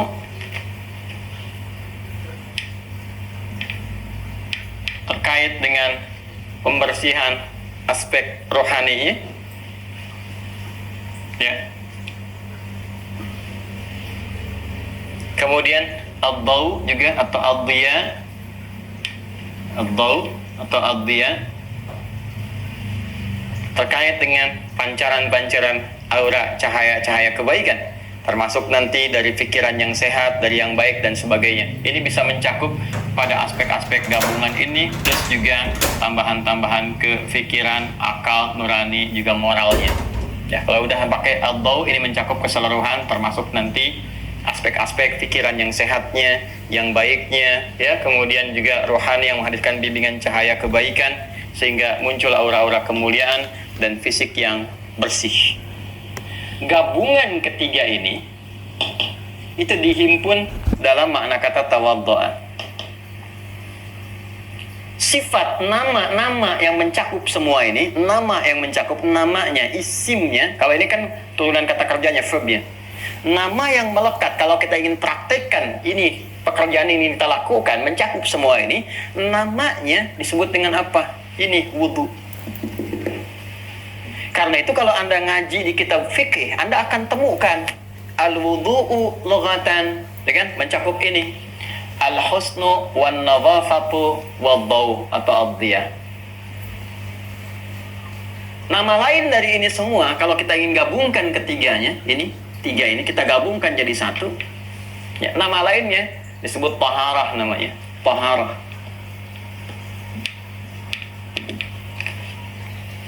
Jadi dalam taharah itu nanti ada nadhafah, membersihkan luarnya. Kemudian ada proses husnu wadau, ada membersihkan bagian dalamnya. Di taharah itu sudah lebih dalam daripada nadhafah. Kalau nadhafah cuma luarnya aja, ya, membersihkan bagian-bagian luar. Tapi kalau sudah taharah, membersihkan dalamnya juga. Awas ya, membersihkan apa? Dalamnya juga. Ya, penting ini karena kenapa? Ada orang yang luarnya bersih, bagus, bahkan pakai jas, pakai dasi, pakai macam-macam. Cuman karena pikirannya nggak bagus, nggak ada cahaya di pikirannya, hatinya nggak bagus, nggak ada aura kebaikan di hatinya, ya mencuri juga. Kadang-kadang mencurinya lebih banyak, ya kan? Makanya orang-orang yang berdasi, yang berjas dan sebagainya, ketika mencuri biasanya lebih banyak dibandingkan dengan orang-orang yang ya melakukan kesalahan yang serupa, sama-sama mencuri tapi nilainya lebih kecil. Silahkan cek. Kenapa? Karena boleh jadi bersih luarnya tapi kotor dalamnya. Ya, nadhafah luarnya bisa bersih tapi dalamnya belum tentu suci. Kalau kita ingin menyatukan bersih luar dalam, ini taharah namanya. Praktek taharah itu ya ketika dipraktekkan dengan ini terkaitan dengan sholat, penyiapan awal ibadah sholat diberikan nama khusus dalam syariat untuk membedakan dengan yang lain-lainnya. Karena taharah itu baru umum sifatnya, ya baru umum, mensucikan dalamnya, membersihkan luarnya. Itu taharah cakupannya, mencakup 3 ini. Kalau kita ingin berikan nama spesifik, ini apa namanya? Ya taharahnya apa namanya? Kan nama umum, insan itu umum manusia. Yang laki-laki ada nama khususnya, rajul, perempuan, mar'ah. Ya, jelas. Ini juga sama. Taharah itu nama umum, mencakup 3 makna ini. Sekarang saya akan kerjakan ibadah yang mendapatkan taharah. Fungsinya untuk taharah. Apa itu? Beri nama dengan wudu. Makanya ketika ayat wudu disampaikan oleh Al-Quran untuk masuk ke teknis, ujungnya ditutup dengan kalimat semua wudu ini, kata Allah, aku syariatkan bukan ingin memberikan beban, tapi supaya kamu dapat taharah dulu sebelum sholat. Bagaimana bisa sholat kalau badannya kotor? Bagaimana bisa menghadap Allah kalau hatinya nggak bersih? Apa nggak malu menghadap Allah masih ada suudzon, masih ada iri hati, masih ada dendam? Makanya kalau wudunya benar, ini suci dulu hatinya supaya menghadap Allahnya bersih, nggak ada kotoran di pikirannya. Ya, bagaimana bisa sholat pikirannya masih kotor, prasangka buruk ya pada Allah, pada orang lain, masih ada iri hati? Apa nggak malu sholat membawa iri hati? Dan apa nggak malu membawa kotoran dan sebagainya? Anda nggak ada pimpinan aja supaya bisa diterima baik. Coba bayangkan, ada dandan yang rapi, yang bagus, berprasangka baik, wawancaranya tuh kalimatnya ditata yang bagus-bagus, pikirannya dibersihkan, ditanya tuh jawabannya bagus-bagus. Sekarang menghadap pada yang maha kuasa, maha segalanya. Karena itu di Quran surah kelima Al-Maidah ayat yang ke-6, lihat ujung ayatnya. Lihat ujung ayatnya. Ma yuridullahu liyaj'ala 'alaikum min haraj. Aku syariatkan wudu ini, kata Allah, bukan bermaksud ingin memberikan beban kepada kalian, bukan ingin menyulitkan. Kenapa sih harus wudu dulu? Sholat kan tinggal sholat saja, bukan, kata Allah. Walakin liyutahhirakum. Ini liyutahhirakum, tahara yutahhiru, tathiran. Ya, isimnya disebut taharah. Tujuan disyariatkannya wudu itu, kata Allah, untuk mentahharahkan kalian, ditathhirikum, tathhiri abdanikum wa tathhiri qulubikum, ya, wa tathhiri akhlanikum. Jadi untuk menyucikan dulu supaya bersih luarnya, suci dalamnya. Kalau sudah dalamnya itu bersih, luarnya bersih, di bawah sholatnya mengantarkan ke khusyuk mudah. Tinggal dikasih iqamat, Allahu Akbar, Allahu Akbar, karena sudah bersih, konektivitas langsung kuat. Makanya saat takbir itu sudah khusyuk, sudah buang urusan dunia ke belakang, gampang. Tapi kalau ini yang nggak benar, belum bersih badannya, dalamnya belum bersih, pikirannya belum baik, belum nyambung, dibawa ke sholat susah dapat khusyuknya. Itu hikmahnya. Jadi kalau kita paham wudu itu untuk menyiapkan kondisi keadaan diri kita supaya sempurna saat dibawa sholat, nggak akan main-main wudunya. Dan fungsi wudu ini bukan sekedar nadhafah, ini taharah. Jadi bukan cuma basuh selesai, tidak. Ya, ada bagian terdalam dalam tangan ini yang harus dibersihkan. Ada bagian terdalam di kepala ini yang harus dibersihkan. Ini taharah. Sehingga muncul sifat husnun, sifat tahu dan sebagainya. Makanya kalau orang wudunya benar, cahaya-cahaya ini akan hadir, kata Rasulullah. Rasulullah sendiri yang menyampaikan. Akan hadir bahkan saat di hari kiamat. Memberikan tanda, pancaran-pancaran yang bukti bahwa dia benar berwudu. Ada. Di Al-Bukhari, hadis riwayat Al-Bukhari. Hadis riwayat Al-Bukhari. Topik atau kitab yang keempat, sub topik yang pertama, hadisnya di sub ini nomor yang kedua, di urutan hadisnya nomor 136. Ya, nanti kita buka. Rawinya Abu Hurairah. Abu Hurairah. Ya. Tentang kaitan wudu dengan cahaya saat di akhirat kelak. Kitabul Wudu. Jelas ya? Subtopik pertama kan Badul Wahyi, kitab tentang dimulainya wahyu. Yang kedua tentang iman, ya kan? Kitabul Iman. Yang ketiga tentang Kitabul Ilmi, tentang ilmu. Yang keempat Kitabul Wudu. Ya. Sudah topik yang keempat, subtopik yang pertama, hadis nomor 136, riwayatnya rawinya sahabat Abu Hurairah. Sepertinya gampangnya diikutin aja sih ya. Kalau thiqah tinggal diikutin gitu. Cuma kadang-kadang kan orang pengen ngecek. Ya, ayo cek aja deh supaya ketahuan. Sahih Al-Bukhari. Bismillah. Al-Bukhari. Ini kitab ini ya. Nah, sama kitab dengan saya, halaman 44. Bismillah.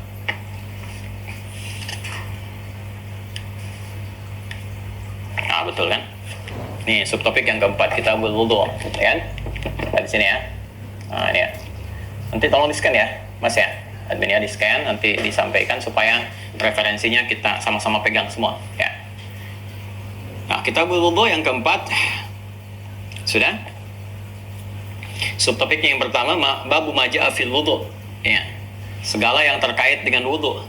Nah, ini langsung wa qaulillahi ta'ala. Ya, Allah Subhanahu wa taala berfirman, "Idza qumtum ila shalah faghsilu wujuhakum wa aydiyakum ila al-marafiqi wamsahu bi ra'sikum wa arjulakum ila al-ka'bayn." Al-Maidah ayat 6. Persis sama dengan apa yang saya sampaikan.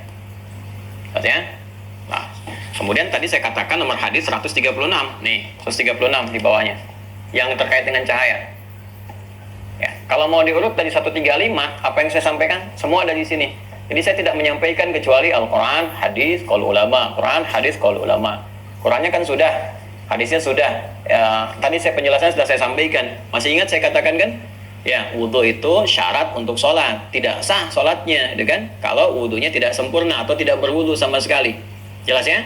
Hadisnya dari mana? Nih, yang 135-nya. Bahkan langsung jelas. Babun la tuqbalu sholatun bi ghairi tuhurin. Ya, bab tidak diterima sholat itu tanpa adanya tuhur, taharah, wudu. Ya, hadisnya apa? Qala al-Imam al-Bukhari haddatsana Ishaq bin Ibrahim al-Hanzali qala akhbarana Abdul Razzaq qala akhbarana Ma'mar an Hammam ibnu Munabbih annahu sami'a Abu Hurairah yaqulu qala Rasulullah sallallahu alaihi wasallam la tuqbalu salatu man ahdatha hatta yatawadda. Kan? Rasulullah SAW bersabda, kan? Tidak diterima sholat seseorang yang masih punya hadas, punya kotoran, hatta yatawadda, sampai dia wudu. Artinya kalau wudunya tidak benar atau tidak wudu sama sekali, ya sholatnya tidak sah, nggak diterima. Jelas ya? Itu yang tadi saya sampaikan dalilnya ini. Sekarang yang terkait kaitan dengan cahaya. Tadi saya katakan nomor hadis 136. Ini kita baca nomor 136. Qala al-Imam al-Bukhari, ya kan? Bab fadlil wudu wal ghurul muhajjalun min atharil wudu. Bab pembahasan tentang keutamaan wudu dan cahaya ghurul muhajjalun, cahaya khusus spesifik dari bekas-bekas wudu. Ya, langsung qala haddatsana Yahya ibn Bukir qala haddatsana Al-Laits an Khalid an Sa'id bin Abi Hilal an Nu'aim al-Mujmir qala ya laqitu wa Abi Hurairah radhiyallahu ta'ala anhu ya ala dhahri al-masjid fatawadda faqala, perhatikan kata Abu Hurairah, inni sami'tu an-nabiyya sallallahu alaihi wasallam. Jadi ketika sahabat Abu Hurairah itu kemudian sedang berwudu, beliau menyampaikan hadis. Ya, saat akan berwudu, beliau kemudian selesai, ya wudunya selesai, fatawadda, begitu selesai tawadda itu selesai wudu. Tadi saya katakan, ya tawaddu ayat tawaddu. Jadi saya kata-kata pun saya ambil dari hadis juga. Ya, fatawadda, maka ketika sedang berwudu, telah selesai wudu, beliau berkata, menyampaikan hadis. Apa kata beliau? Inni sami'tu an-nabiyya sallallahu alaihi wasallam yaqul, saya mendengar Nabi sallallahu alaihi wasallam pernah bersabda, inna ummati yud'auna yawmal qiyamati ghurran muhajjalina min atharil wudu. Sungguh umatku itu akan dipanggil mereka semua di hari kiamat ghurran muhajjalin, punya cahaya khusus. Ya, Anda tahu nggak ini? Pernah lihat kuda nggak? Pernah ya? Ya, kuda yang bagus itu kan kadang suka ada ini putih-putih tuh ya, di keningnya itu. Kalau ada kuda coklat itu kan ada hitam terus ada putihnya itu kening. Nah, itu ghurrah namanya. Ghurrah diambil dalam bahasa Indonesia gurat, satu guratan gitu kan. Ada tanda itu putih. Ini kan kalau kelihatan hitam terus ada putihnya, dia yang mencolok kan. Ya, yang terlihat mencolok, yang terlihat langsung gitu. Masya Allah tuh bagus tuh, ada ininya putihnya. Ya, di hitam atau kuda coklat terus di sini ada putih tandanya. Itu ghurral muhajjalin namanya. tanda spesifik yang nampak dari sesuatu. Nah, umat Nabi Muhammad itu saat di yaumil hisab nanti di hari kiamat, saat akan dihisab, itu kelihatan ketika dipanggil. Inna ummati yud'auna ghurral muhajjalin. Sungguh semua umatku itu ketika dipanggil akan nampak keluar, itu ada cahayanya, kelihatan. Jadi umat Nabi Muhammad itu gampang dikenali. Gampang dikenali. Nabi pun sudah tahu. Jadi kita akan melihat sama-sama akan kelihatan ya umat Nabi Muhammad. Ada spesifik tandanya. Apa tandanya? Min atharil wudu, ada cahayanya spesifik disebutkan. Bahkan nama cahayanya disebutkan ghurral muhajjalin. Ada cahaya spesifik yang tampak. Dari apa? Min atharil wudu, dari bekas wudunya. Dari bekas wudunya, ya. Faman istata'a minkum an yutila ghurratahu falyaf'al. Maka siapa yang bisa menyempurnakan cahayanya itu, menguatkannya, maka sempurnakan, kata Nabi. Ya, maka ini yang saya katakan. Jadi secara metafor pun ada dalil hadisnya. Ya, makanya saya pernah sampaikan, ada ulama yang mengatakan ada keterkaitan erat wudu dengan kata bau. Ya, itu dulu saya pernah menyampaikan ini di soal, begitu saya bahas pakai buku pada diam. Gitu ya. Nah, jadi maksud saya kalau menyampaikan sesuatu kita harus punya dasar gitu. Dasar yang jelasnya, ada kajian kebahasaannya, ada penunjang dalilnya. Ya, ada juga nanti pendapat ulama-ulama yang menyertainya dan turunan-turunannya. Jadi ini yang dimaksudkan. Jadi kalau orang-orang benar berwudu itu seharusnya pertama dia bersih keadaannya. Maka orang berwudu itu bersih. Ya bersih. Nanti pokok-pokok dalam tubuhnya itu bersih. Kan ada pokok. Pokok tubuh itu pokok yang digunakan untuk berinteraksi. Wajah kan dipakai untuk berinteraksi. Ya. Kemudian tangan dipakai berinteraksi. Telinga, coba lihat. Mulut sampai ke kaki kan. Coba kalau kita jujur, silahkan dicek. Pernah nggak kita mengecek begini? Sebetulnya yang dibasuh ini saat wudu ataupun yang diusap, coba lihat. Bukankah itu semua pokok-pokok bagian tubuh yang digunakan interaksi secara luar? Ya, jari sampai tangan, sini sampai siku. Kemudian ini kepala yang mencakup mata, telinga, mulut, ya sampai ke ujung kaki. Ya itu kan yang biasa kita gunakan. Dan orang umat Islam tuh menggunakan sesuatu ketika berinteraksi, bersih itu, karena ada nadhafahnya. Kalau dipakai wudu 5 kali loh, paling minimal, paling standar. Apalagi yang biasa jaga wudu, harusnya bersih itu. Kemudian yang kedua, punya sifat husnun.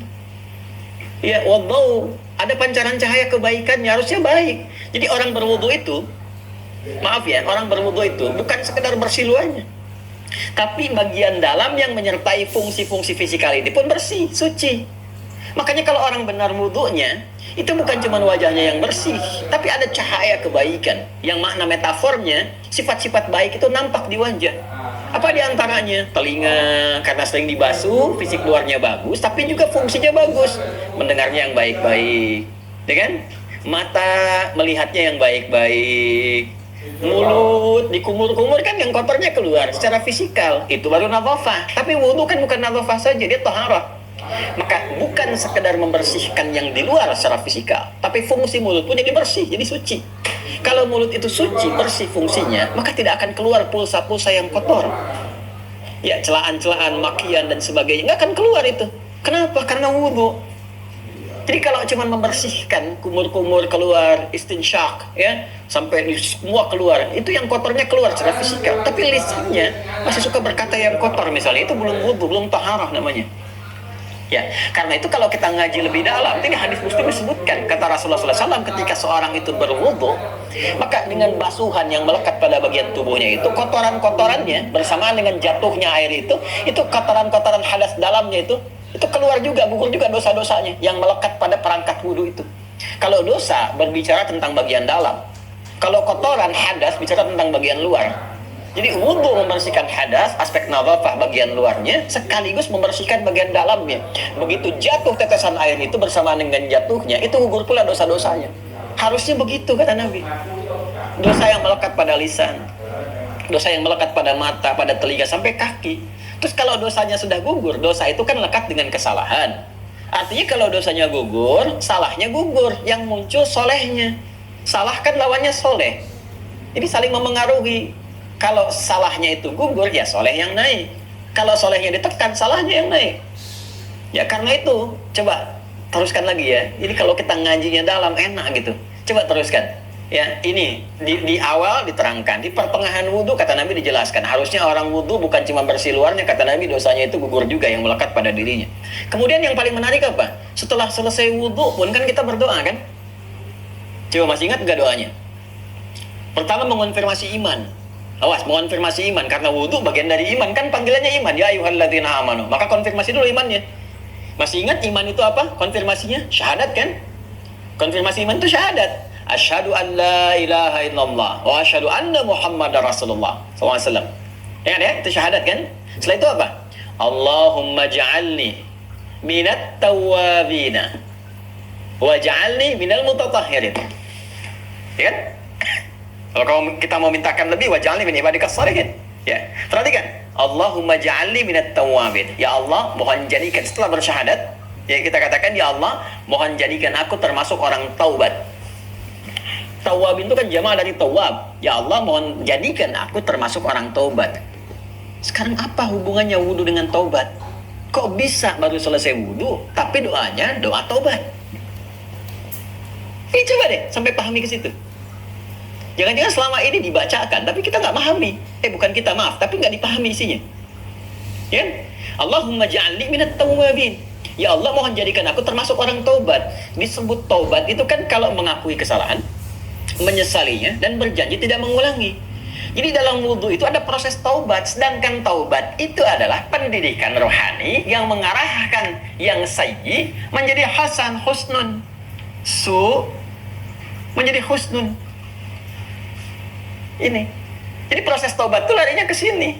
Allahumma ja'alni minat tawwabin. Ya Allah, mohon jadikan aku termasuk orang yang taubat. Ke sini arahnya. Jadi saat wudu itu bukan cuma membasuh, tapi ada proses menghadirkan sifat husnun. Karena itu ulama mengatakan al-husnu wan nadhafatu, sehingga melahirkan cahaya, daun. Itu ghurral muhajjalin. Itu konsepsi dasarnya. Ya karena itu orang-orang yang wudunya benar, bukan sekedar membasuh, tapi ada tuntunan nanti.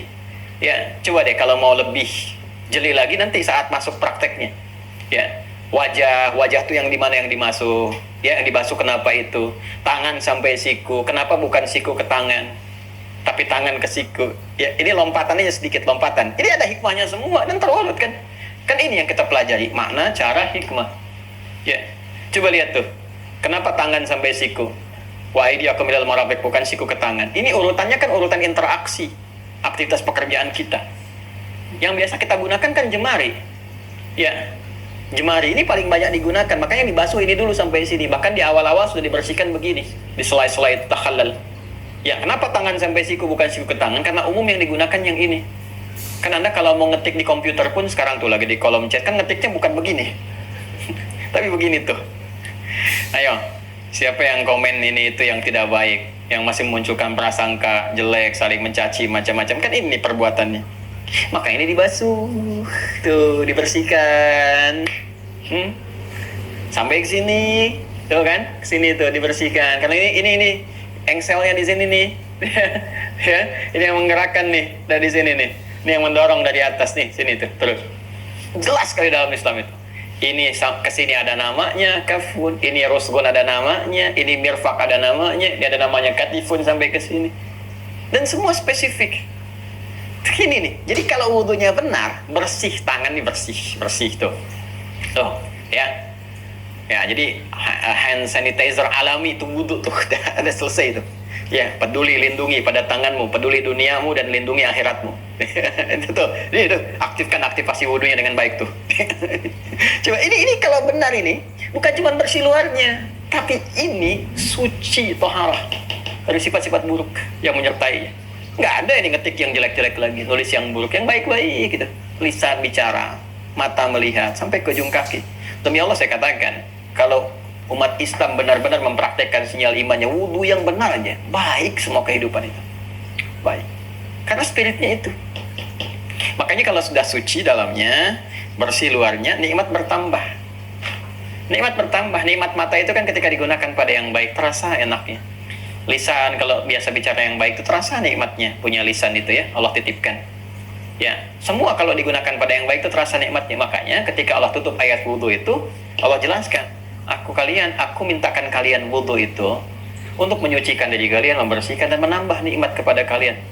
Ya, waliyutimma ni'matahu 'alaikum, dan menambahkan, menyempurnakan nikmat Allah kepada kalian. La'allakum tashkurun. Setelah menyadari, baru kalian bersyukur. Ternyata itu manfaat wudhu. Akhirnya nggak mau lepas wudhu. Bukan cuma untuk sholat, batal wudhu, wudhu lagi. Batal wudhu, wudhu lagi. Batal, wudhu lagi. Tuh. Harusnya begitu kan? Ya kan? Ya, makanya ada orang-orang nggak mau lepas wudhu aja dia. Ya, itu yang luar biasa, pertahankan wudhu. Dan ada orang dari Isya sampai ke subuh itu nggak batal-batal wudhunya. Ada.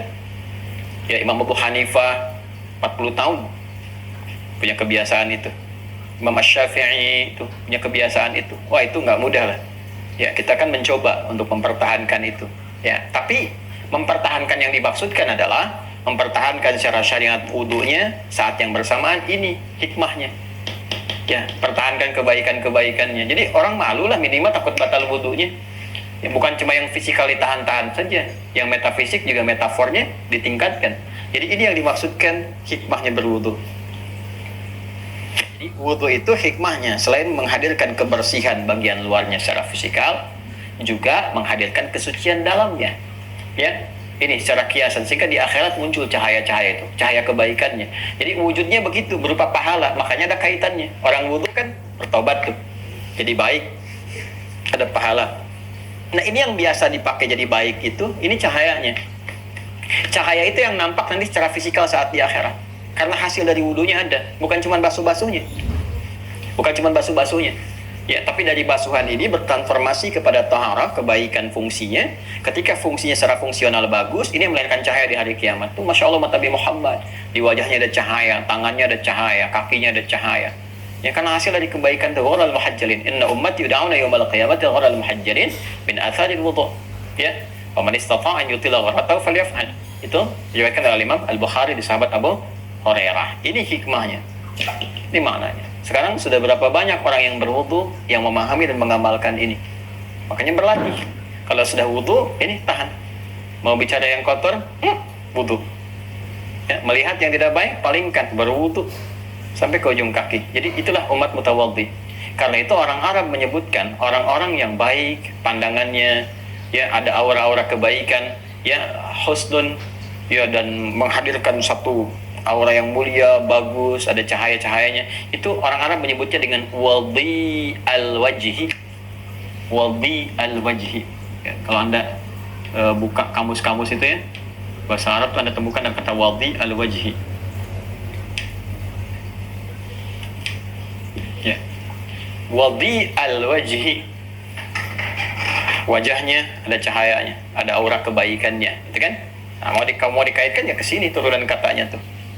Ya, wadi'un seakar dengan kata ini, dau dari dau'un ke sini ke tawadhu ke wudu deh pada puncaknya.